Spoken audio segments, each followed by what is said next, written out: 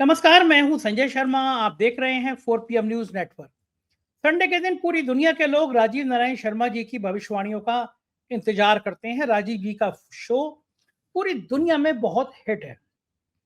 मैं हर बार घोषणा करता हूं, इस बार फिर करूंगा कि आपको ज्योतिष में रुचि हो तो आप ये भविष्यवाणियों का प्रोग्राम देखिए, ना हो तो बिल्कुल मत देखिए।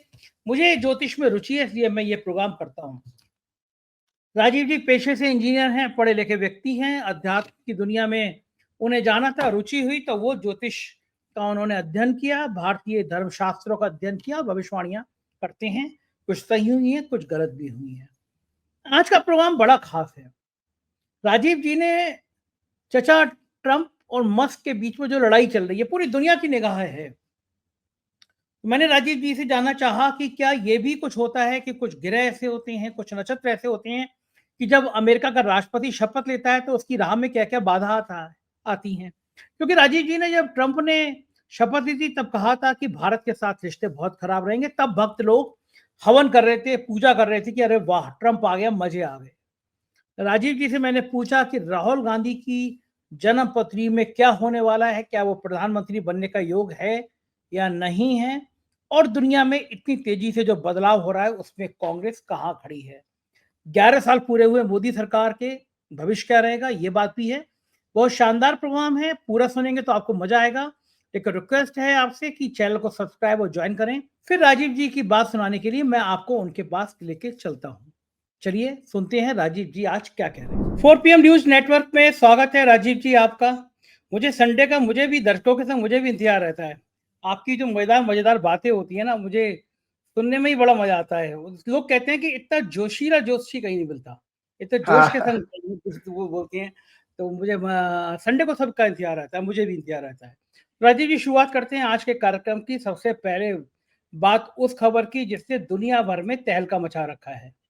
आपने जब ट्रंप साहब की जन्मपत्री देखी थी, मतलब जो ओथ का वक्त था, तो आपने ट्रंप को लेके बहुत सारी भविष्यवाणी करी थी कि ट्रंप के भारत के साथ कैसे रिश्ते रहेंगे, ट्रंप क्या क्या करेगा। और वाकई में मतलब उस दौर में कोई सोचता नहीं था कि ट्रंप रिश्ते खराब करेगा, लेकिन आपने कहा था कि भारत के साथ रिश्ते खराब रहेंगे। तब तो ये लग रहा था कि भक्त लोग हवन कर रहे थे, पूजा कर रहे थे, कह रहे थे अरे ट्रंप आ गया, दुनिया में सब कुछ अच्छा हो गया। लेकिन आप अकेले इंसान ऐसे थे जो कहते ट्रंप का आना भारत के लिए ठीक नहीं है। वाकई में ऐसा ही हुआ, भारत के पूरी दुनिया के लिए ठीक नहीं लग रहा है। लेकिन आज मैं चर्चा ये करूंगा क्योंकि मैंने एक दिन पहले भी एक प्रोग्राम में आपसे कहा था कि क्या एलन मस्क की जन्मपत्री है आप पे। मैं बड़ा जानना चाहता था कि एलन मस्क का खेल क्या है। ये ताऊ जी ट्रंप और चचा जी एलन मस्क, क्योंकि भक्तों के चाचा ताऊ हो गए जो लोग हवन करके दुआ कर रहे थे, इनके ये हनीमून पीरियड एलन मस्क का और ट्रंप का इतनी जल्दी क्यों बिगड़ा। क्या जब शपथ ली थी तो उस समय का जो ग्रह नक्षत्र थे, जो काल था, वो ऐसा था कि साहब को, ट्रंप साहब को अपने प्रिय दोस्त से बिछुड़ना पड़ेगा, विवाद पैदा होंगे। इन दोनों के रिश्तों को लेकर आपने कुछ कैलकुलेशन करी है क्या ज्योतिष के हिसाब से? मैंने कहा था कि आप कर लीजिएगा क्योंकि दर्शक जानना चाहते हैं। तो क्या कोई गणना ऐसी है जो इन दोनों के रिश्तों को बता सके कि क्या रहेगा इनका? हाँ, बहुत अच्छी बात होगा संजय जी, आपने बिल्कुल ठीक कहा था। और मैंने आज आपके ऑडियंस के लिए, दुनिया भर के लोगों के लिए एलन मस्क के जो सोशल मीडिया में date of birth data available है, उसको बहुत सारी घटनाओं के आधार पर हमने इसको प्रूव करने की कोशिश की कि भाई यही कुंडली उनकी है। जैसे उनकी मल्टीपल मैरिज हुई हैं और बहुत सारे ढेर सारे बच्चे हैं और कोई मैरिज उनकी टिकी नहीं और कई डिवोर्स हुए। और अभी फिलहाल में एज ऑन रिकॉर्ड जब हम ग्रॉक से हमने पूछा तो वो अनमैरिड है। ग्रॉक उन्हीं का ऐप है। तो आज वो एलन मस्क की हॉरोस्कोप सबसे पहले, मतलब इसलिए आपने बिल्कुल ठीक कहा कि जो हमारे जो जितने इंग्लिश के बड़े बड़े अखबार हैं या वर्ल्ड के जो बड़े न्यूज़पेपर हैं, उसमें बड़ी हेडलाइन है, ये लिखा है कि world's most powerful man versus world's most richest man. ये एक ऐसा युद्ध हो गया है कि अभी तक जो टैरिफ वार हो रहा था हमारा, फिर भारत पाकिस्तान का हुआ, ये सब चीजें घटनाएं हो रही थी। रूस और यूक्रेन का चल ही रहा है। इजराइल अपने गाजा पट्टी में बम बरसा बरसा के लोगों को, निर्दोष लोगों को मारा। लेकिन एक ऐसी बड़ी घटना जिसका सबका अट्रैक्शन का पॉइंट बन गया कि भाई ऐसी क्या चीज थी कि भाई दो लोगों का हनीमून इतनी जल्दी ब्रेक हो गया। और आपको पता है कि संजय जी, ये कोई ड्यूरिंग द इलेक्शन कैंपेन ही इनकी दोस्ती हुई थी। एलन मस्क ट्रंप को पहले भी क्रिटिसाइज कर चुके हैं, आज से साल भर पहले, 8-10 महीने पहले। लेकिन अभी क्या हुआ है, और ये दर्शकों को सबसे अच्छी ज्योतिष के ऊपर विश्वास, उसको जानने के लिए, उसको समझने के लिए ये समझिए कि जैसे ही 29 मार्च को, सॉरी 29 मई को राहु और केतु ने राशि बदली है और इनके झगड़े सरफेस पे आ गए, पटल पे आ गए, सामने आ गए। तो सबसे पहले मैं अपने हर प्रोग्राम में वो उसी जो बात को मैं क्या नाम है कहता हूं, बृहस्पति संहिता की, वहीं से शुरुआत करता हूं। कोई दुनिया का कितना ही पैसे वाला आदमी हो संजय जी, कितना गरीब हो, साधारण हो, या बहुत ताकतवर इंसान हो, हम सब ग्रहों के अधीन बंधे हुए हैं। जो बृहस्पति संहिता कहती है ग्रहों के अधीन ही यह संपूर्ण संसार है, ग्रहों के अधीन ही सभी श्रेष्ठ मनुष्य, राजनेता, all the prominent and influential people और अन्य महत्वपूर्ण व्यक्ति होते हैं। काल का ज्ञान भी ग्रहों के अधीन है और हमारे सभी कर्मों के फलों को देने वाले भी ग्रह होते हैं। यह बृहस्पति संहिता का कोट है। तो सबसे पहले मैंने आपको जैसे बताया, ये मैं डोनाल्ड ट्रंप की हॉरोस्कोप तो मैं आपको दिखाई चुका हूं, लेकिन फिर मैं आज दोबारा दिखाना चाहूंगा। ये डोनाल्ड ट्रंप की हॉरोस्कोप है दर्शकों, ये डोनाल्ड ट्रंप की हॉरोस्कोप है। और डोनाल्ड ट्रंप की हॉरोस्कोप 14 जून 1946 का बर्थ है इनका, सुबह 10:56 जमाइका, न्यूयॉर्क का। और सबसे बड़ी बात हमें देखना चाहिए संजय जी, एक आप लोगों को जानकारी के लिए, किसकी मित्रता लंबे समय तक चलेगी या किसकी मित्रता जल्दी ब्रेकअप हो जाएगी, इसके कुछ एस्ट्रोलॉजिकल पैरामीटर है दर्शकों, मैं आपको जानकारी के लिए बता देता हूं। देखिए, पहली बात, जो मून है, हमारा झगड़ा किससे होता है? माइंड से। हमारा थॉट प्रोसेस, हमारा स्टेट ऑफ माइंड है। अगर हमारा चंद्रमा पीड़ित है, ऐसे व्यक्ति से मैं इवन ये शादी के कॉम्बिनेशन भी दर्शक समझ लें, अगर कहीं विवाह की कुंडली में मैच कराऊंगा तो दोनों लड़का लड़की की कुंडली में सबसे इंपॉर्टेंट चीज देखिए, लग्न की कंडीशन देखी जाती है, उससे तो स्वास्थ्य आता है। लेकिन मून अगर दोनों का पीड़ित तो ऐसी शादी में सिर मुड़ाते ओले पड़ेंगे, मतलब डे 1 से ही प्रॉब्लम आना शुरू हो जाएगी। तो आज इन दोनों की हॉरोस्कोप को एक आधार बनाते हुए मैं दुनिया भर के लिए मैसेज दे रहा हूं कि अगर दोनों व्यक्तियों के चंद्रमा पीड़ित होंगे तो ऐसे व्यक्ति सूनर और लेटर आपस में लड़ मरेंगे, आपस में इनका कॉन्फ्लिक्ट जरूर आएगा अगर चंद्रमा पीड़ित होंगे। तो मैं प्रूव करूंगा इसलिए।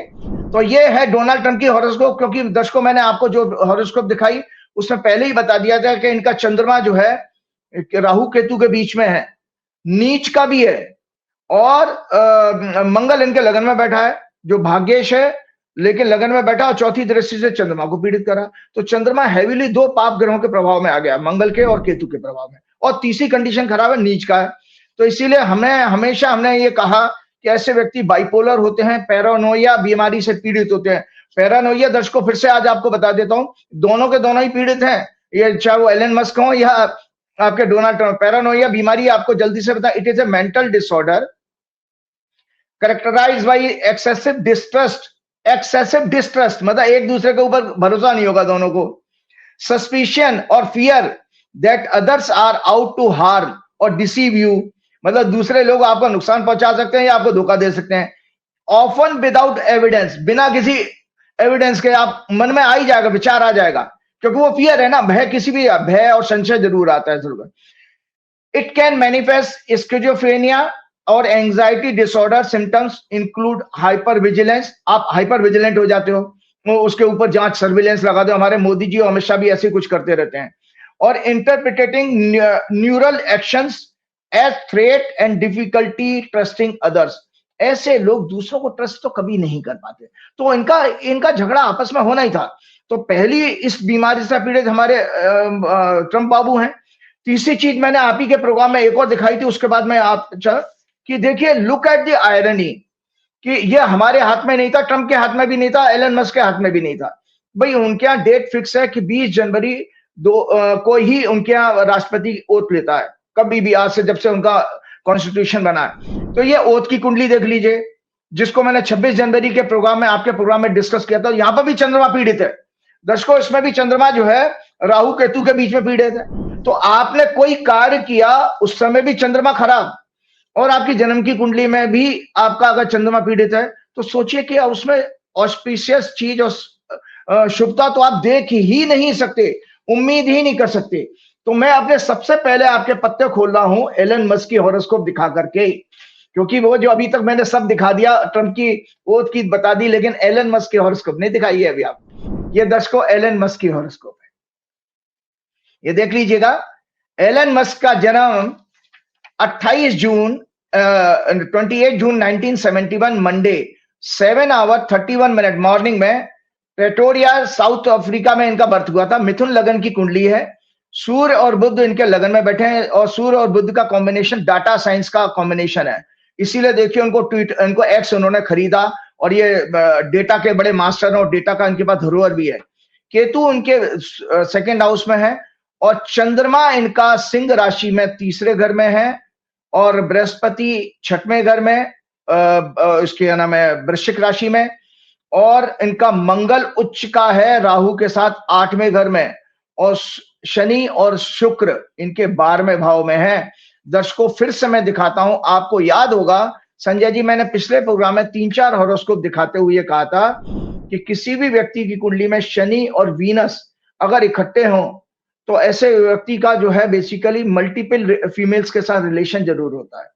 ये क्योंकि ये अनैतिकता का काम लेकर, जैसे मैंने उसमें आपको इंडिया के चार्ट में भी दिखाया था, डोनाल्ड ट्रंप का दिखाया, आरएसएस की कुंडली में दिखाया, प्लस 17 सितंबर 1950 को जो लोग पैदा हुए हैं, हालांकि मैं ये नहीं कह रहा मोदी जी की कुंडली तो गलत है, लेकिन 17 सितंबर 1950 को जो पैदा हुए उसमें भी शनि और शुक्र इकट्ठे हैं, तो इनके नाम महिलाओं के साथ जुड़ेंगे, कहीं ना कहीं सेक्स स्कैंडल जरूर होते हैं। तो इन महोदय का भी आप देख लीजिएगा, इनकी कुंडली में मैंने क्यों प्रूव किया। पहली बात दर्शक इस कुंडली में ये देखें कि इसका 7वें घर होता है स्पाउस का, संजय जी, बीबी मैरिड लाइफ की क्वालिटी का। तो इसमें 7th लॉर्ड इनका जो कि 10वें घर का लॉर्ड भी है, 10वां घर होता है कर्म का, बृहस्पति 6वें घर में चला गया, शनि से पीड़ित हो रहा है। 2 कमजोरी हुई इस कुंडली में। क्यों इनके विवाह नहीं चले हैं, हमें हॉरोस्कोप प्रूव करनी थी।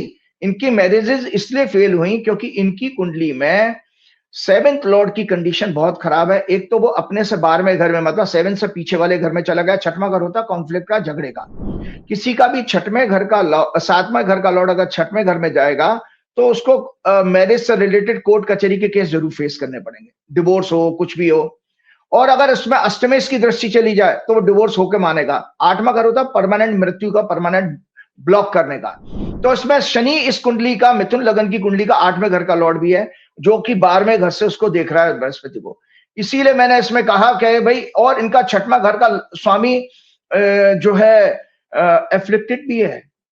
6वां घर होता बीमारी का, 6th हाउस का लॉर्ड एफ्लिक्टेड है, और इनको किसी ना किसी तरह की बीमारी होनी चाहिए जन्म से। ये इनका मंगल जो है 6वें घर का लॉर्ड है, और 8वें घर में राहु के साथ पीड़ित है। साथ में संजय जी इस मंगल की 8वीं दृष्टि चंद्रमा पर है।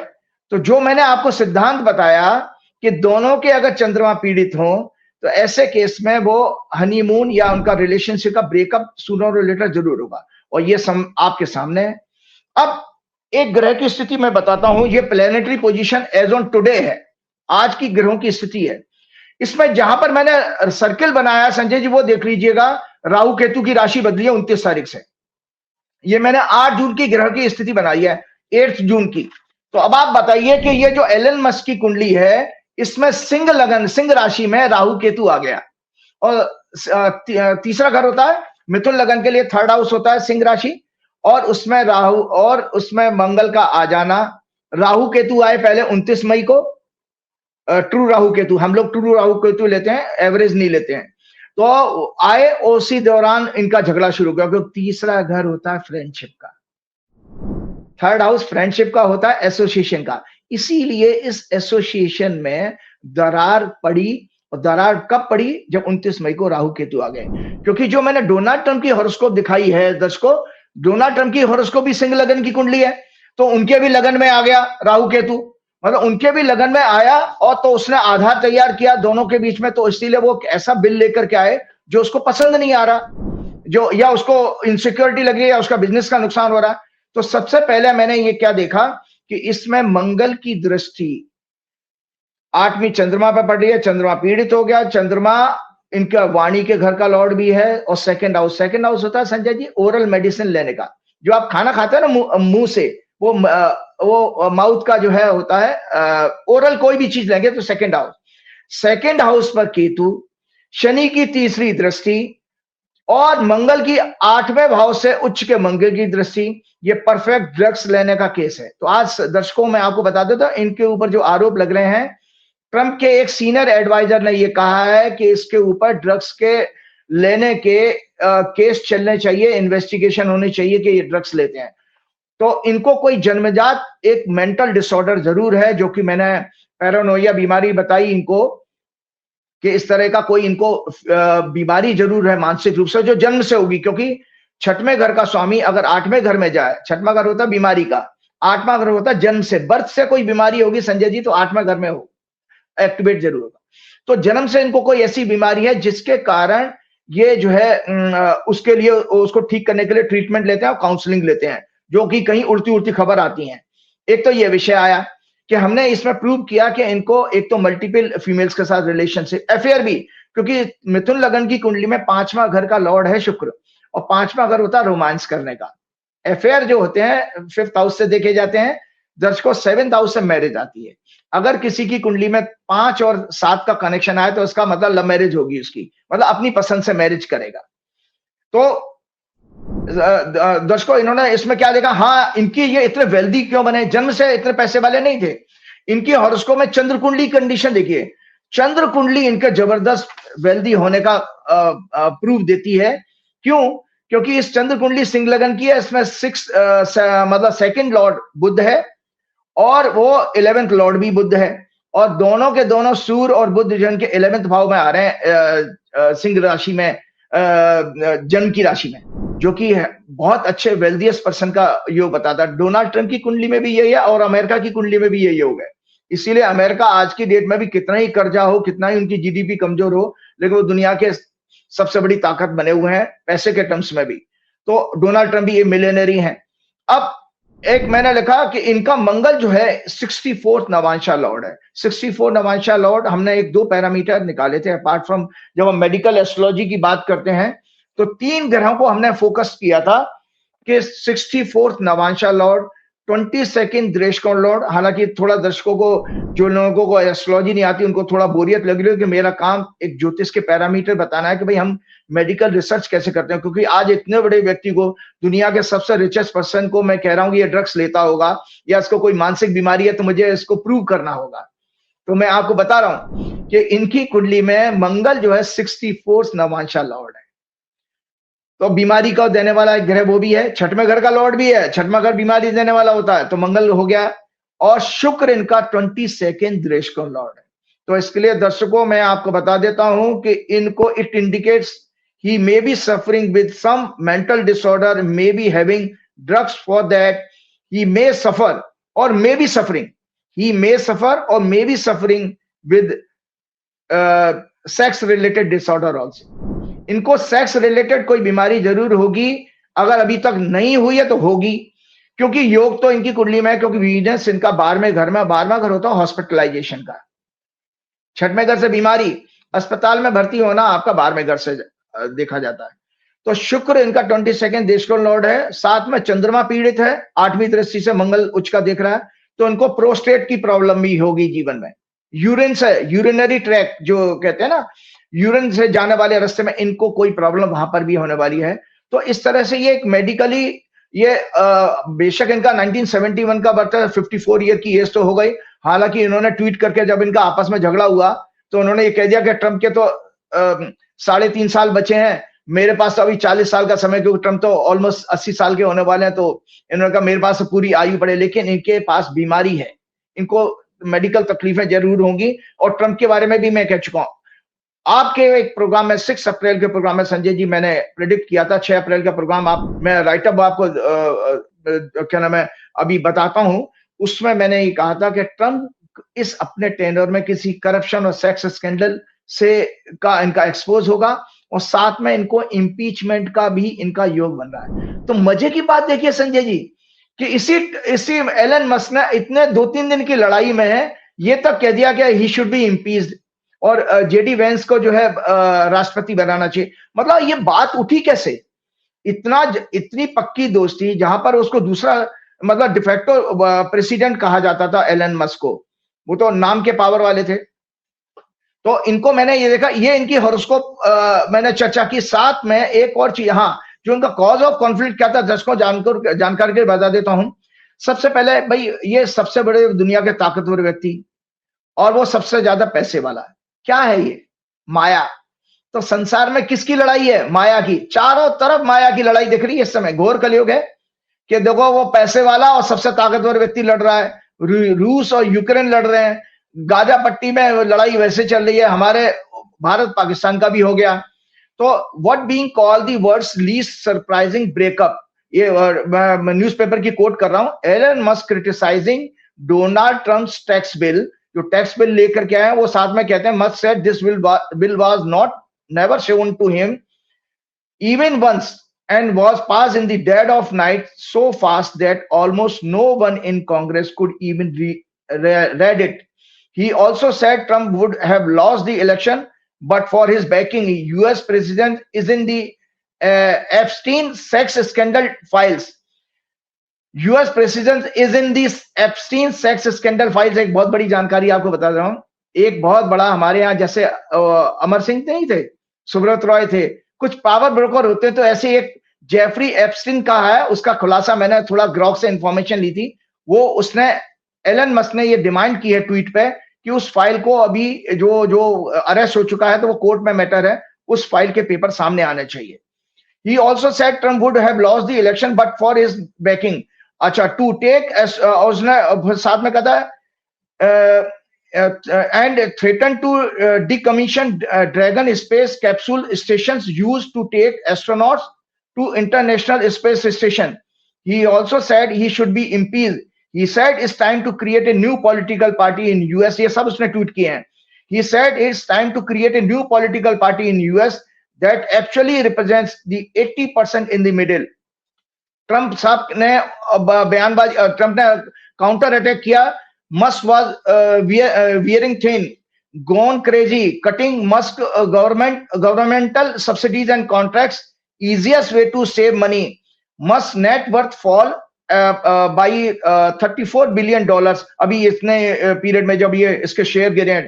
Tesla losses 153 billion market value before stocks rally Friday. One of his advisors, Stephen Bannon, and other mega hardliners demand for a formal investigation of his immigration status. आपको पता है ये तक बात हो गई है, उसके इमिग्रेशन स्टेटस को भी इन्वेस्टिगेट करने की बात हुई, क्योंकि वो साउथ अफ्रीका का पैदाइश है, यूएस सिटीजन है, तो उस पर भी उन्होंने बात हुई कि investigation of his immigration status, they believe he is an illegal alien. वो कहा है उन्होंने कि he is an illegal alien and should be deported, उसको भी डिपोर्ट कर देना चाहिए। Musk is a naturalized US citizen who was born in South Africa. Bannon also called for an investigation into Musk's drug use and his efforts to be briefed on classified information on China. जो classified information China को उसने पास किया, उसके बारे में भी जांच होनी चाहिए। तो इसमें ये सब चीजें होनी थी। इसी दौरान हमारे भारत में एक न्यूज आती है, हमारे कल के अखबार में हमने देखा कि स्टारलिंक को इंटरनेट का लाइसेंस भारत सरकार ने इमीडिएटली, ये झगड़ा देखते ही 3-4 दिन में फाइनल कर दिया।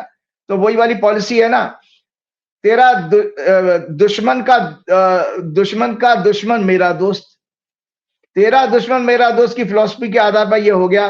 क्योंकि अब और मैं कहीं सुन रहा था किसी प्रोग्राम में कि यहाँ पर भक्त लोग अब खुश होने लगे हैं कि ट्रंप और इनके झगड़े से उनको लगा कि भाई ट्रंप मोदी जी को बहुत टाइट कर रहा था या मोदी जी को बहुत ह्यूमिलेट कर रहा था, तो उनको लगा कि अब एलन मस्क ट्रंप के लिए बहुत डेंजरस होगा।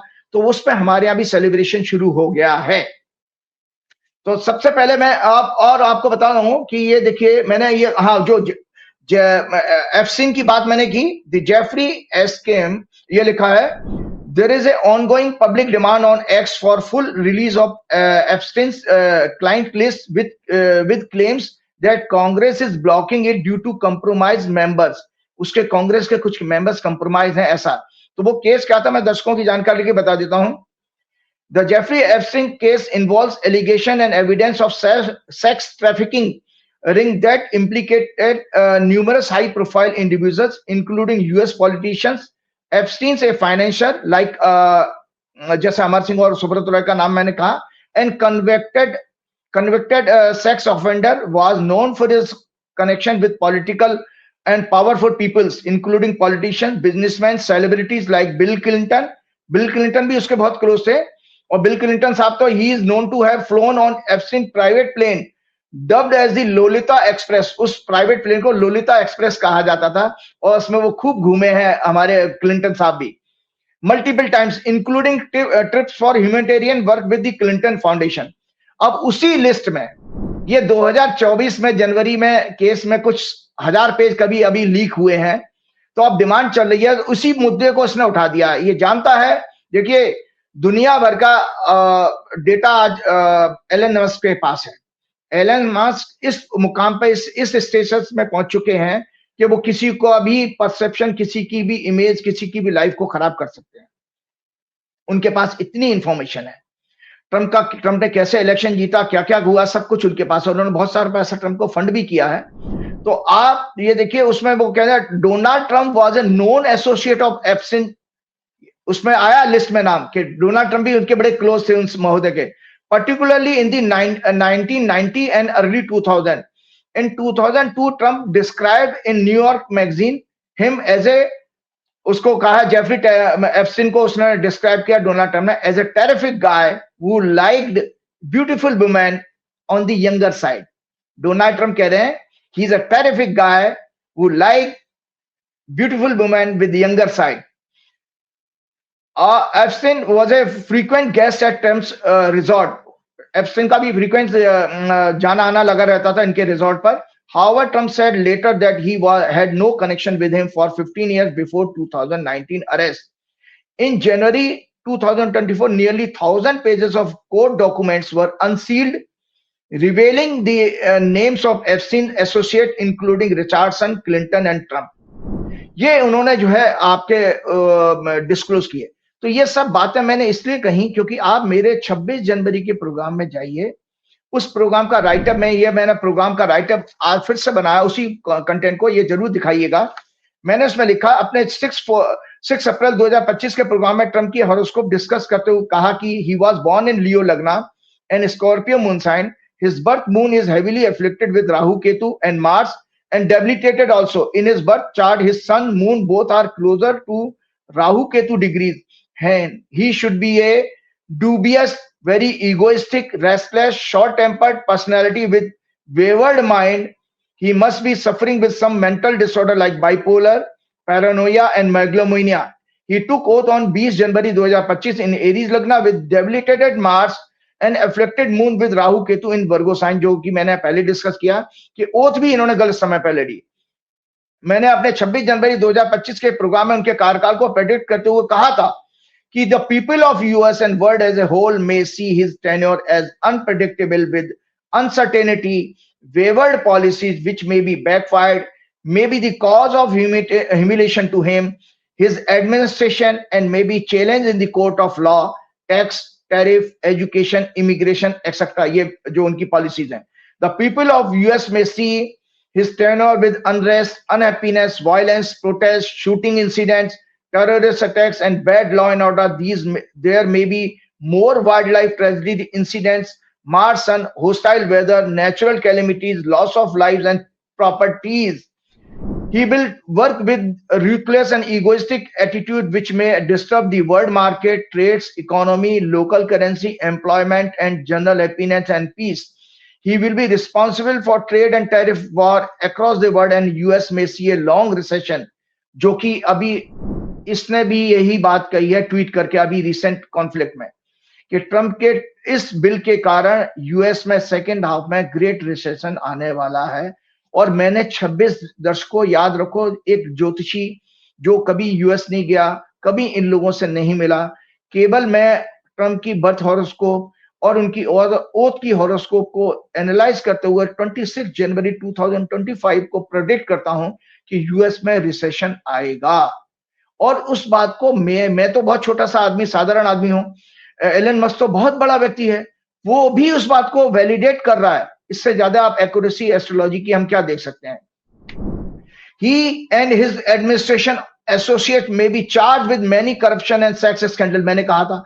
तो अब आप देखिए उसकी डिमांड उसके क्या हो रही है। उसने अभी लेटेस्ट ट्वीट ये किया कि मैं ट्रंप से माफी मांगने के लिए तैयार हूं, लेकिन शर्त यह है कि वो एफसिन की फाइल के सारे डॉक्यूमेंट रिलीज कर दे, क्योंकि अगर वो डॉक्यूमेंट रिलीज हो गए तो ट्रंप का वो जो सारे उसकी रंगरेलियां हैं, सारे उसके कच्चे चिट्ठे खुल जाएंगे और वो उसको इम्पीच होना पड़ेगा, क्योंकि वहां की कंट्री में इन सब चीजों को बहुत ज्यादा तवज्जो दी जाती है।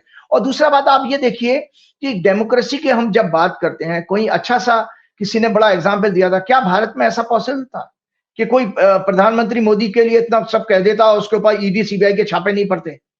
वहां पर देखिए कुछ भी नहीं हुआ, वहां का मीडिया भी कवर कर रहा है और वो भी खुलेआम एक दूसरे के ऊपर आरोप लगा रहे हैं। तो सही मायने में डेमोक्रेसी वहां पर है कि जहां पर फ्रीडम ऑफ एक्सप्रेशन और फ्रीडम ऑफ स्पीच की अभी भी वैल्यू है, अभी भी रेस्पेक्ट की जाती है।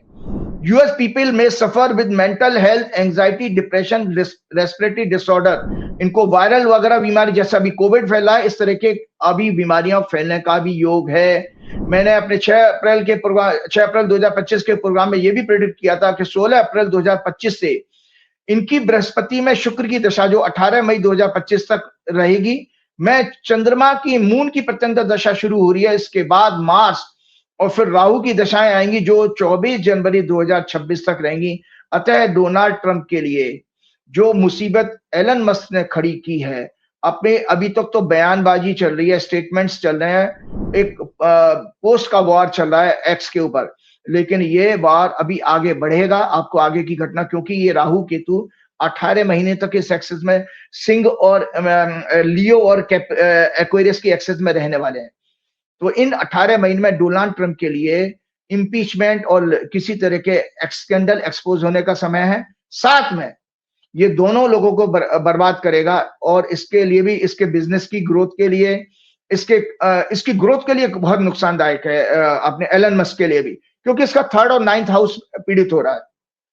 आपको जानकारी होनी चाहिए कि कमला हैरिस जो इलेक्शन जीतते जीतते हार गई और ये सब सिनेरियो जो बना था, तो वो इसीलिए थे क्योंकि जो वहां की दूसरी डेमोक्रेटिक पार्टी थी वो एलन मस्क के खिलाफ कई सारे केसेस ओपन करने वाली थी, उसको जेल भेज देती।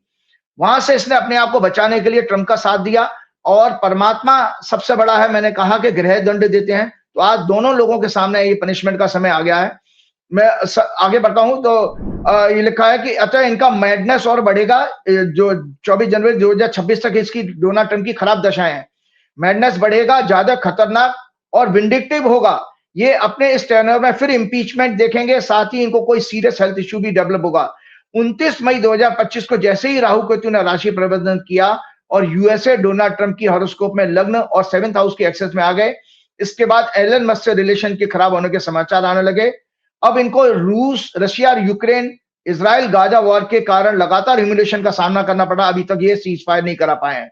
यूएसए की राहु की, क्योंकि ये क्यों खराब है कि जो यूएसए की मैंने हॉरोस्कोप आपको दिखाई है, यूएसए की हॉरोस्कोप में संजय जी जो है वो भी सिंह लगन की कुंडली है और उसमें क्या नाम है, राहु की महादशा चल रही है। और राहु की महादशा जो यूएसए की हॉरोस्कोप है दर्शकों, इसमें राहु की महादशा चल रही है। राहु जन्म 12वें घर में बैठा है इनके जन्म का, और अभी 7th हाउस में ट्रेड के घर में आ गया। ये यूएस के 18 महीने बहुत खराब, उसकी इमेज पूरी दुनिया में खराब होगी, वहां का ट्रेड खराब हो जाएगा और बहुत सारे संकट इसमें आने वाले हैं यूएस की दशा में। ये राहु केतु के दशा परिवर्तन के कारण। यूएसए की वर्तमान दशा राहु शनि की 26 सितंबर 2026 तक रहेगी की चल रही है। 12 जुलाई 2025 से जब इनकी प्रत्यंतर दशा मून की शुरू होगी, मैं अमेरिका की कुंडली की बात कर रहा हूं, तब इनके यहां सत्ता परिवर्तन या वर्तमान सत्ता के लिए सत्ता परिवर्तन जैसे हालात पैदा हो जाएंगे। 12 जुलाई 2025 के बाद राहु शनि वर्तमान में 6-12 एक्सेस में 18 महीने तक रहेंगे। शनि 3rd एस्पेक्ट से 10th हाउस प्रेसिडेंट के हाउस को एक्सपेक्ट कर रहा है सिंह लगन की कुंडली में। मीन में गया, मीन 8वां घर होता है, वहां से प्राइम मिनिस्टर और प्रेसिडेंट के हाउस को एफ्लेक्ट कर रहा है। तो ये ट्रंप के चार्ट में है। और एलन मस्क मैंने आपको बता ही दिया कि उन लोगों के लिए भी ये खराब समय है। तो इस तरह से आज तो आपने पूरा अमेरिका पे फोकस कर दिया, आधा समय निकल गया। अगर अब पूरी बात हो गई हो तो हम भारत लौटें, कुछ राहुल गांधी की बात करें, क्योंकि दर्शक बड़े इंतजार कर रहे होंगे राहुल गांधी का जानने का। आपने कहा था कि जो महीना है ये मई का आखिर का, इसके बाद राहुल गांधी और कांग्रेस की जन्म पत्री जो राशि है, जो भविष्य है, बहुत तेज होने वाला है। राहुल गांधी की जिंदगी में बहुत बढ़ोतरी होने वाली है। क्या ग्रह कह रहे हैं, क्या सीन कह रहे हैं, क्या क्या होगा, कुछ बताइए। जी, सबसे पहली बात मैंने अभी आपको ये बताया कि ये आपकी राहुल गांधी की मैंने हॉरोस्कोप पिछले प्रोग्राम में डिस्कस की थी। ये राहुल गांधी की हॉरोस्कोप है और एक मैंने प्लेनेटरी पोजीशन 1 जून को बनाई थी और दोनों को देखिए, दोनों को तुला लगन बना के दिखाया कि राहुल गांधी की हॉरोस्कोप में ये दोनों ग्रह किस हाउस में आ गए। तो सबसे बड़ी चीज मैंने क्या देखी संजय जी, जो आपके प्रश्न का जवाब भी है कि भाई आपने कहा कि भाई ये कांग्रेस पार्टी और राहुल गांधी इतने आक्रामक क्यों हैं। पूरे देश में कई और भी विपक्षी पार्टियां हैं, लेकिन 1 to 1 अगर अटैक अगर कोई इस समय कर रहा है, जैसे वो नरेंद्र सरेंडर जिस पर बहुत हाय तौबा मच रही है, उसको भी मैं आप दर्शकों के सामने क्लियर करूंगा। तो ये सब चीजें केवल एक व्यक्ति और एक पार्टी, और वो पार्टी क्योंकि उस पार्टी के पास इतिहास है, उस पार्टी ने युद्ध लड़े हैं पाकिस्तान के साथ, इसीलिए इस करंट जो अफेयर्स हैं उस पर वही अटैक कर सकते हैं। दूसरी कोई रीजनल पार्टी टीएमसी या एनसीपी या और कोई पार्टी कर ही नहीं पाएंगी। तो मैंने यहाँ कहा कि आपको पता है कि याद रहे हमारे जीवन में संजय जी, एस्ट्रोलॉजी एकमात्र ऐसी साइंस है या विद्या है जो देश, दुनिया, सामाजिक या व्यक्तिगत हर प्रत्येक सब्जेक्ट, एवरी सब्जेक्ट और इंसिडेंट और हैपनिंग का व्हाई, हाउ एंड व्हेन। आपके 3 क्वेश्चन होते हैं ना, why it has happened, when and how. इनके तीनों के जवाब कौन दे सकता है? केवल ज्योतिष दे सकती है। तो मैंने आपका अभी इन्हीं तीनों का जवाब देते हुए ये पहला केस आपके सामने एक्सप्लेन किया कि डोनाल्ड ट्रंप ने ओथ ली, डोनाल्ड ट्रंप की कुंडली, एलन मस्क, और ये झगड़ा क्यों हुआ, एक्सप्लेन कर दिया। अब दूसरा केस मैं डोमेस्टिक लेता हूं, राहुल गांधी का कांग्रेस का। तो सबसे पहले मैंने राहुल गांधी की हॉरोस्कोप दिखाई, लगे हाथों में आपको कांग्रेस की हॉरोस्कोप भी दिखा देता हूं आपको। ये है कांग्रेस की हॉरोस्कोप, ये दर्शकों कांग्रेस की हॉरोस्कोप है। और कांग्रेस की हॉरोस्कोप में शनि को फोकस कर लीजिए, शनि कहां बैठा है? 6वें घर में बैठा है। और ये करंट पोजीशन है आपके ग्रहों की स्थिति। मैंने मीन लगन ही बना दिया, तो शनि कहां चला गया? लगन में आ गया। तो जब भी किसी की कुंडली में संजय जी लग्न का और 6वें घर का कनेक्शन हो जाए, 6वां घर लगन में चला जाए या लग्न 6वें घर में जाए, ऐसा कि व्यक्ति के अंदर फाइटिंग पावर आ जाए, झगड़ेगा जरूर। तो आपके आने वाले समय में अगर कोई देश में आंदोलन पैदा करने की स्थिति में है कोई राजनीतिक पार्टी, तो कांग्रेस होगी और राहुल गांधी उसमें बढ़ चढ़ के हिस्सा लेंगे। क्यों? क्योंकि राहुल गांधी की कुंडली जो तुला लगन की, उसमें उनकी महादशा राहु की, राहु में शनि की चल रही है। शनि उनके 6वें घर में आ गए, झगड़े के घर में, इसीलिए वो निरंतर कंटिन्यूअस अटैक कर रहे हैं। साथ में एक और बहुत बड़ी जानकारी देता हूं, उनका राहु, जन्म का राहु 5वें घर में, मैंने करंट पोजीशन जो दोनों कुंडलियां साथ लगवाइएगा अपने स्टूडियो में, बोलिएगा, तो उसमें वो देखेंगे कि उनका कुंभ राशि में जन्म का एक्वेरियस साइन में बर्थ का राहु है, और अभी भी 29 मई को जो है राहु एक्वेरियस में ही आ गया। तो एक बहुत अच्छी सी जानकारी संजय जी दे रहा हूं। आपके जो हमारे पिता जो देखे जाते हैं वैदिक एस्ट्रोलॉजी में 9th हाउस से देखे जाते हैं, माता 4थे घर से देखी जाती है, लेकिन दादा दादी 5वें घर से देखे जाते हैं, 5th हाउस से। और राहु जो है बेसिकली दादा दादी का सिग्निफिकेटर भी है। तो अगर हम राहुल गांधी की जन्म की कुंडली बता रहे, राहुल गांधी जब पैदा हुए थे तो उस समय उनकी अभी राहु की महादशा चल रही है, तो आप ये देखिए कि जब ये पैदा हुए थे तो एक संकेत मिलता है कि मैं 5वां घर कह रहा हूं कि जब राहुल गांधी जब पैदा होते हैं, उनका 1 वर्ष के अंदर उनकी दादी को कितना बड़ा अचीवमेंट प्राप्त हुआ था, 71 की वार में विक्ट्री। तो ये अपने दादी के लिए बहुत लकी साबित हुए। क्यों? क्योंकि इनकी हॉरोस्कोप में बताता है कि वो, अब उसी तरह से मैं जब करेज की बात करता हूं, ये करेज के मामले में अपनी दादी, अपने पिता और अपने परनाना जो है नेहरू जी, उनसे भी ज्यादा बोल्ड और करेजियस है।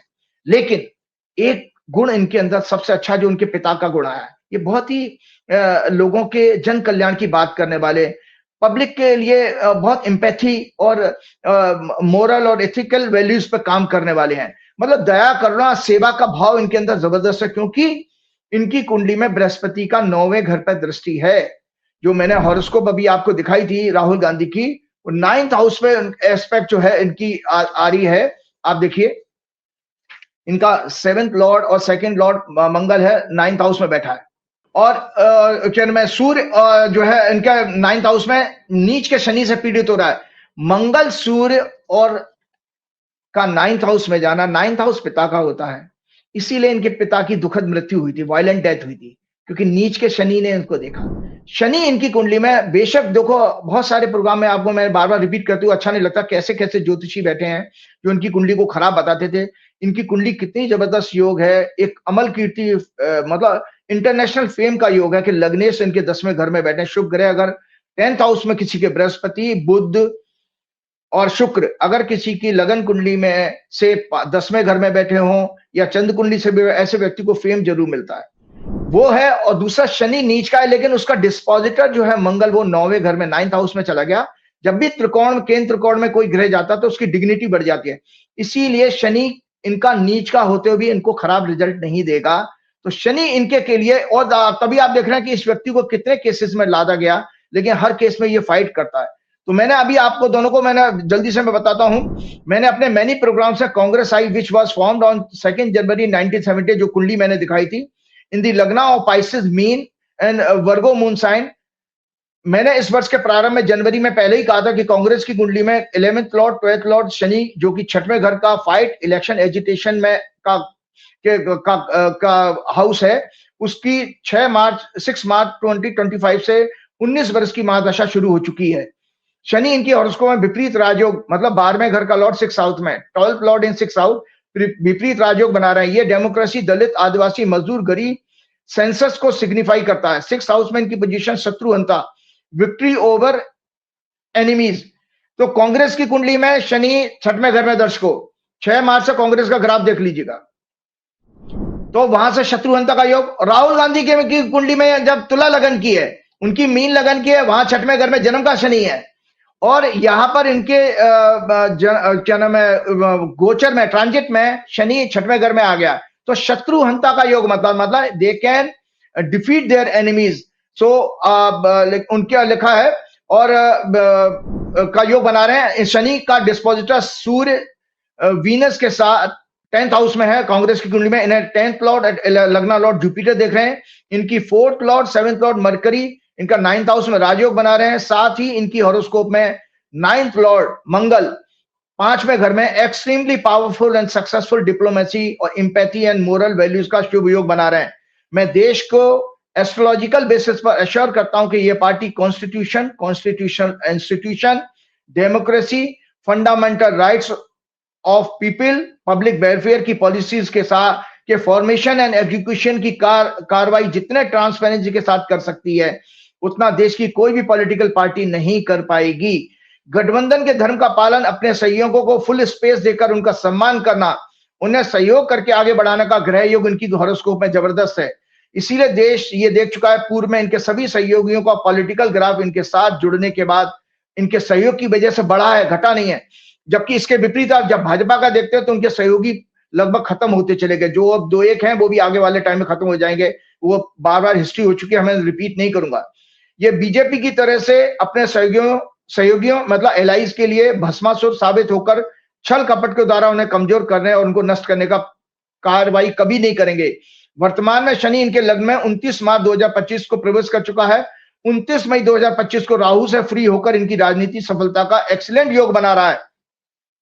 राहु इनके 12वें भाव में लग्न से मून चार्ट में 6 हाउस और मून चार्ट से 6 हाउस में 29 मार्च 2025 को प्रवेश कर चुका। अतः राहु इनको कूटनीति और रणनीति में सफलता प्रदान करेगा, यद्यपि कुछ एलाइज इनको कमजोर करने का प्रयास करेंगे। जैसे आप एनसीपी ने थोड़ा सा अपना स्टैंड पार्लियामेंट सेशन बुलाने को हल्का सा ढीला किया, एक छोटा मोटा मेंटल टेंशन जरूर आएगा, जिसमें उन्हें बहुत ज्यादा सफलता नहीं मिलेगी। इनको आने वाले चुनावों में, मैं जो भविष्यवाणी का पाठ कर रहा, इनको आने वाले चुनावों में जनता के सहयोग से सफलता हासिल होगी, क्योंकि इनका वर्षफल 2025-26 जो मैंने ये इनका वर्षफल है एनुअल हॉरोस्कोप जो मैंने शुरुआत के दिनों में ही प्रेडिक्ट किया था। इसका वर्षेश जो है शनि है, मुंथेश भी शनि है जो 11th हाउस में बैठा है, मतलब अचीवमेंट के हाउस में बैठा है। तो ये पार्टी इस 25-26 में जो भी चुनाव होगा उसमें पार्टी सफलता हासिल करेगी। तो राजनीतिक सफलता का इनका योग बन रहा है, जिसका लग्न एक नाजिया माजिद जी हैं, राहुल गांधी की बड़ी प्रशंसा। इन्होंने मेरे को बहुत सारे ट्वीट भेजे और ये कहा राजीव जी से पूछिएगा कि राहुल गांधी की जन्मपत्री में क्या प्रधानमंत्री बनने का भी योग है। देखिए, आपको आपके प्रश्न का जवाब देता हूँ। मैंने आपके एक प्रोग्राम में कहा था, हम लोगों ने पीएम और प्रेसिडेंट इन सब लोगों के ऊपर जब उनकी पुराने जितने हुए हैं, उनकी हॉरोस्कोप की एक रिसर्च की थी। तो उसमें हमको एक बहुत अच्छा कॉम्बिनेशन मिला कि 5th हाउस एक्टिवेट जब होता है तो वो वहां से वो एक्चुअली 5th हाउस होता है हमारा 5वां घर, मंत्रणा का होता है। तो मंत्री वगैरह जो भी बनता है, प्रधानमंत्री, मंत्री, कोई भी इन्फ्लुएंशियल पोजीशन, वो 5वां घर जब एक्टिवेटेड होगा तब मिलता है। तो राहुल गांधी का वो राजयोग शुरू हो चुका है, क्योंकि उनका जन्म का राहु 5वें घर में बैठा है और 5वें घर में राहु आ गया 29 मई को। साथ में पंचमे 5th लॉर्ड शनि है, उसकी अंतर्दशा चल रही है। तो राहुल गांधी के लिए राजयोग तो बना हुआ है इस समय।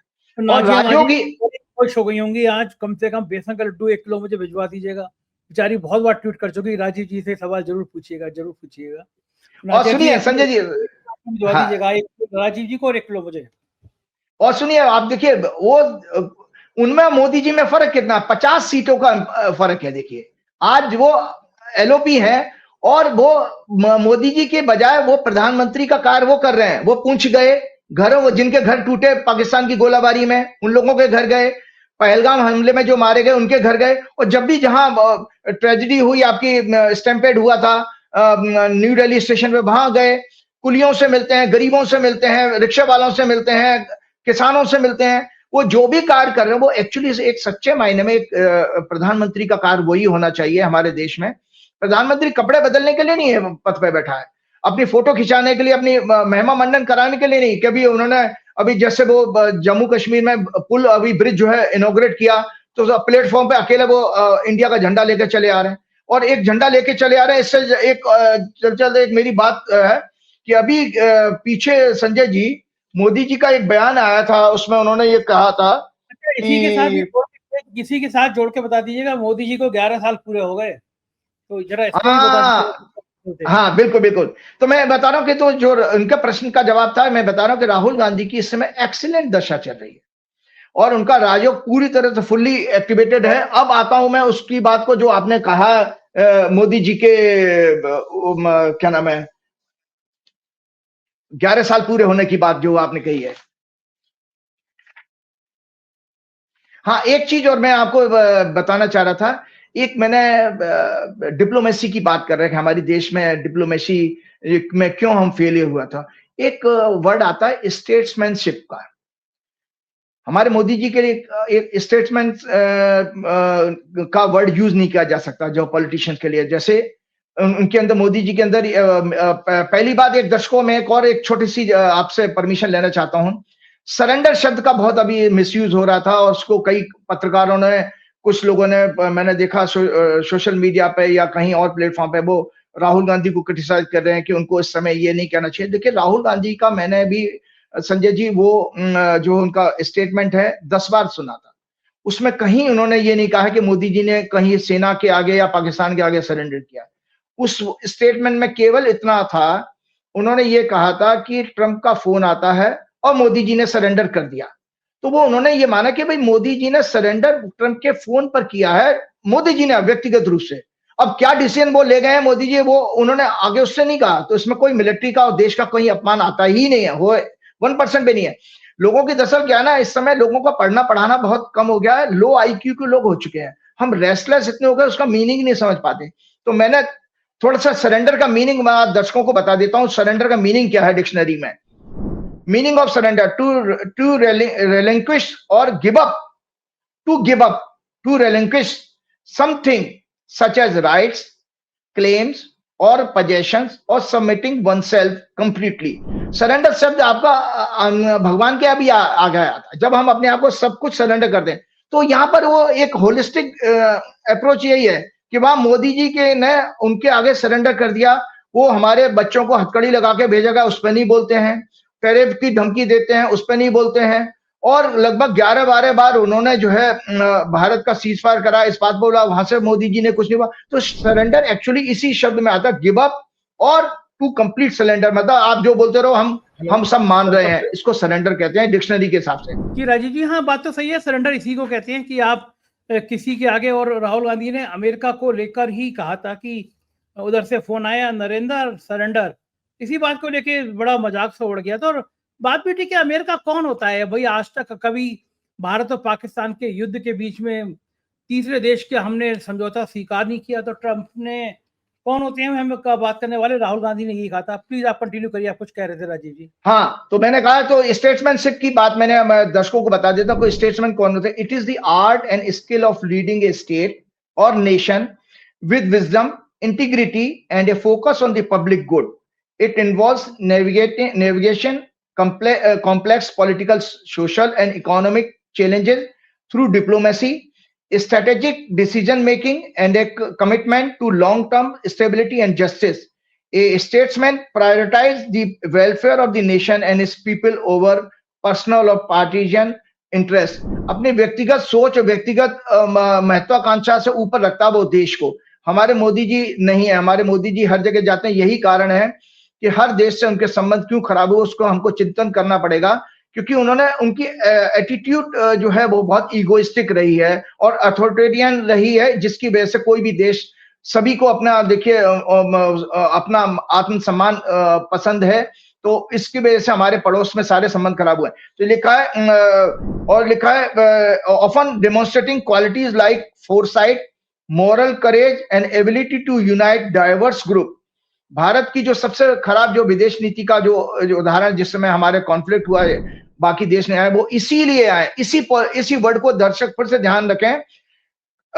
कमिट लिखा है आपका ability to unite diverse group.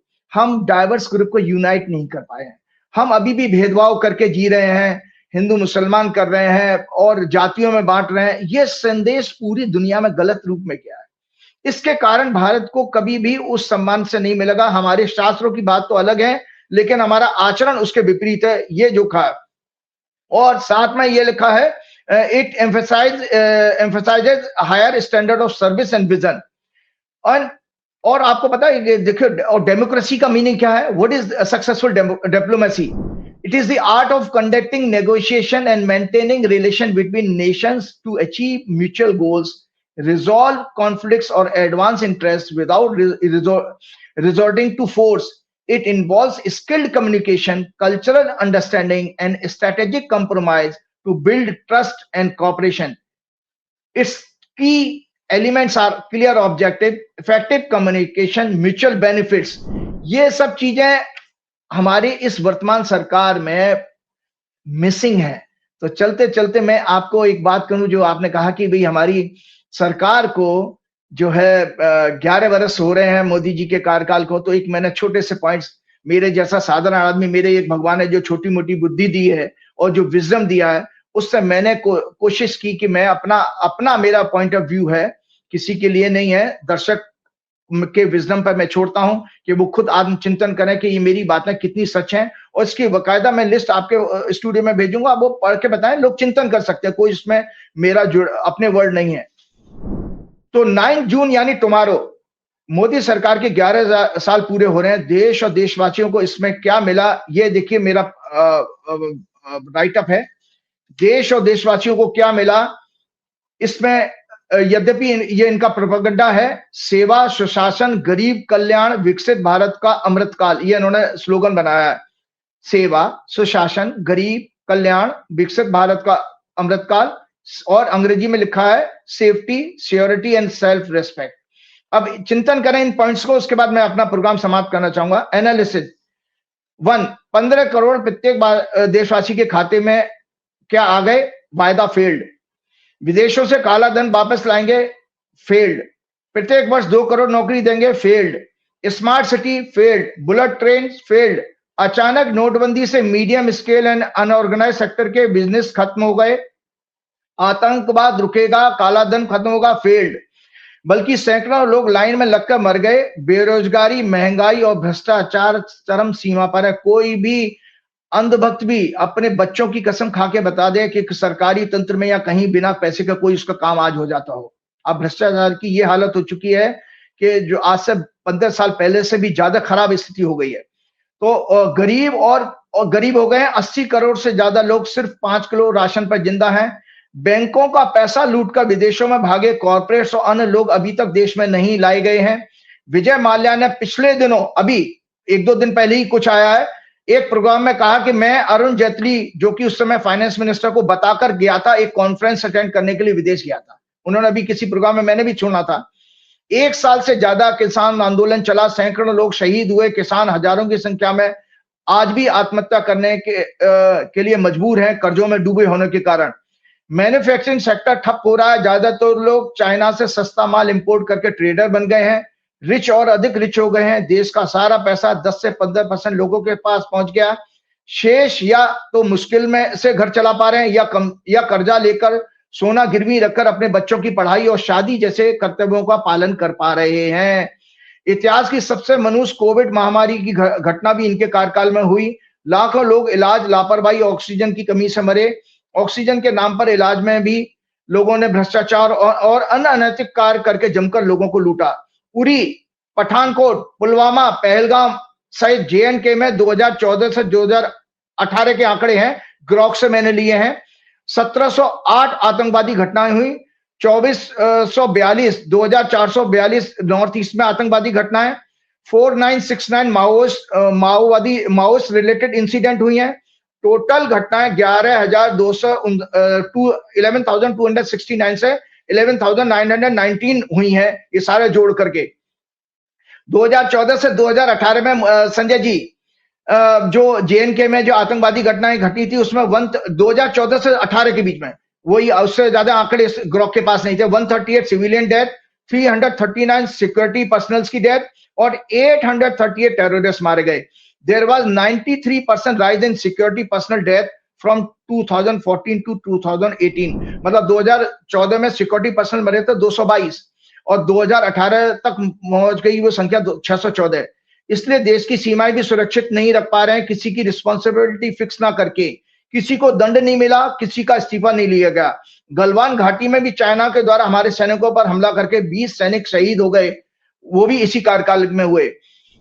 2014 से 2022 तक, मैंने पिछले प्रोग्राम में आपको कहा भी था कि जब हम सिंदूर की बात करते हैं, महिलाओं के आत्मसम्मान सुरक्षा की बात करते हैं, मैं फिर से रिपीट करता हूं, 2,59,520 केस, रेप केस रजिस्टर्ड हुए।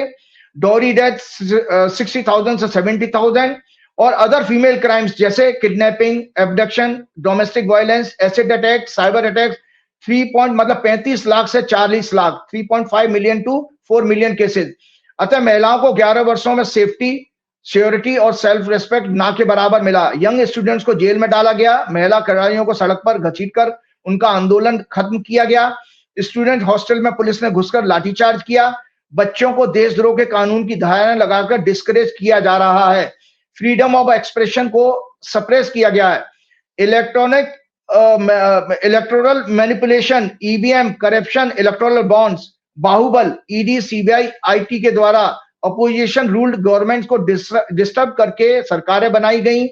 चुनाव जीते गए। करप्ट लीडर्स को दूसरी पॉलिटिकल पार्टी से तोड़कर अपनी पार्टी में शामिल करके सरकारें बनाई गई। Opposition leaders, students, intellectual, journalist, media, print oblique social को फर्जी केसेस में फंसाकर फ्रीडम ऑफ एक्सप्रेशन के फंडामेंटल राइट्स को खत्म किया गया या कमजोर किया गया।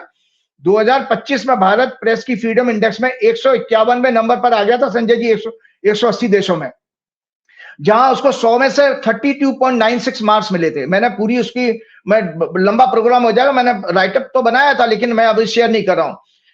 100 में से 32.96 मार्क्स मिले थे और उसे वेरी सीरियस कैटेगरी में रखा गया था। अगर 0 to 40 मार्क्स होते हैं तो उसमें 0 to 40 मार्क्स में वो very serious category, freedom index, freedom of press की इंडेक्स की कैटेगरी सबसे लोएस्ट है वो। इसी तरह डेमोक्रेसी इंडेक्स में उसको 167 कंट्रीज में से 41st नंबर मिला, जहां उसे 7.2 मार्क्स आउट ऑफ 10 मिले और उसे फ्लॉड डेमोक्रेसी कैटेगरी में रखा गया। Flawed democracy. 11 वर्षों में हजारों लोग प्राकृतिक प्रकोप, रोड और ट्रेन एक्सीडेंट और जगह जगह stampede, Kumbh Mela, new Delhi station, Hathras, Bangalore etcetera में मरे हैं। 2 वर्षों से ज्यादा मणिपुर हिंसा में जल रहा है। पूरा देश में समाज को घृणा, नफरत, हिंसा, असत्य के प्रोपेगेंडा करके डिवाइड कर दिया गया है। हेट स्पीच ज्यादातर इनका लोग डिप्रेशन और एंगर के शिकार होकर अनेक प्रकार से रेस्टलेस होते जा रहे हैं। उनका टॉलरेंस लेवल कम हो रहा है। देश की जनता का भय के कारण उन्होंने अपने आप को अपने रिएक्शंस देना बंद कर दिया है। कई सांप्रदायिक दंगे भी भड़काने की कोशिश की गई। इनका आईटी सेल हेट स्पीच का एक प्रॉपर अड्डा बन चुका है। कॉन्स्टिट्यूशनल इंस्टीट्यूशन मीडिया पर पूरी तरह कंट्रोल करके तानाशाही जैसा माहौल देश में पैदा हो चुका है। सुप्रीम कोर्ट को भी कमजोर करने का समय समय पर प्रयास किया गया। हेट स्पीच इनकी आईटी सेल का एक हथियार बन चुका है। अपने इगोइस्टिक अथॉरिटेरियन एटीट्यूड, लो आईक्यू ऑफिसर्स की वजह से देश की विदेश नीति अत्यंत कमजोर हो चुकी है, जिसका हाल ही में हमने देखा कि पाकिस्तान के साथ एक शॉर्ट मिलिट्री कॉन्फ्लिक्ट में कोई भी पड़ोसी देश, विश्व के महत्वपूर्ण देशों का हमें समर्थन नहीं मिला, बल्कि ट्रंप ने हमारे देश को पाकिस्तान के लेवल पर लाकर कंपैरिजन में ले आए। वो कंपैरिजन किया, उसे रशिया, चाइना, यूएसए, यूरोप और कई देशों से लगातार समर्थन मिला। पाकिस्तान की डिप्लोमेसी देखिए। साथ ही IMF, ADB, Asian development bank से उसको आर्थिक मदद मिलना। वो अपनी मिलिट्री पावर, सिविल इंफ्रास्ट्रक्चर को और मजबूत कर रहा है। उससे बजाय आतंकवादी डिक्लेयर कराने के प्रयासों के बजाय यूएसए की मदद से यूएन में आतंकवादी कमेटी का वाइस प्रेसिडेंट चुन लिया गया। बताइए, आतंकवाद को रोकने वाली कमेटी का। तो हमारी डिप्लोमेसी कहां चली गई? डोनाल्ड ट्रंप के सीज फायर कराने के स्टेटमेंट पर India's all weather friend Russia का भी समर्थन मिल गया।